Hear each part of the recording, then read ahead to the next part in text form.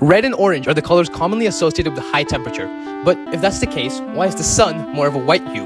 What happens to color as temperature increases? And is there a certain color emitted when a body approaches infinite temperature? Here we have Brainy. Now, Brainy's hot. Like, really hot. Since Brainy's so hot, he should emit light, like a fire.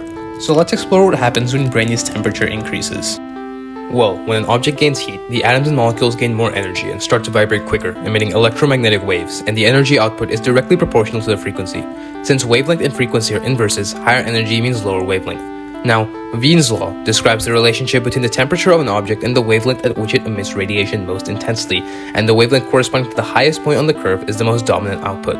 To understand how this affects color, we need to take a look at the electromagnetic spectrum. The electromagnetic spectrum determines the kind of wave emitted. The longest waves are radio waves, while waves in the middle are visible waves, making up the colors around us that we can see.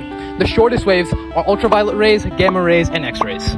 Back to Brainy. Starting at a temperature of 1000 Kelvin, the resulting wavelength ends up towards the start of the visible spectrum, emitting a red hue, the color we commonly associate with heat. But it's only the start. 4000 Kelvin is yellow, and 5000 Kelvin, the temperature of the sun, emits white. 10,000 Kelvin has a light blue color, approaching the end of the visible light spectrum.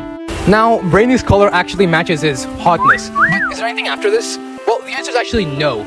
As depicted by this graph, dubbed the Planckian Locus, which shows color as temperature increases, we can see that it converges at light blue. This is the color of infinite temperature. One question is, what happens to the color when the wavelength is not within the visible light spectrum? Well, when the wavelength is too great at low heat, no visible light is produced, and when the wavelength is smaller at high temperatures, the waves are ultraviolet or beyond. However, there are small traces of visible light, including all wavelengths almost equally. This results in the light blue tint we saw earlier, the color of infinite temperature. Is it just me or does Brainy look kind of like a smurf?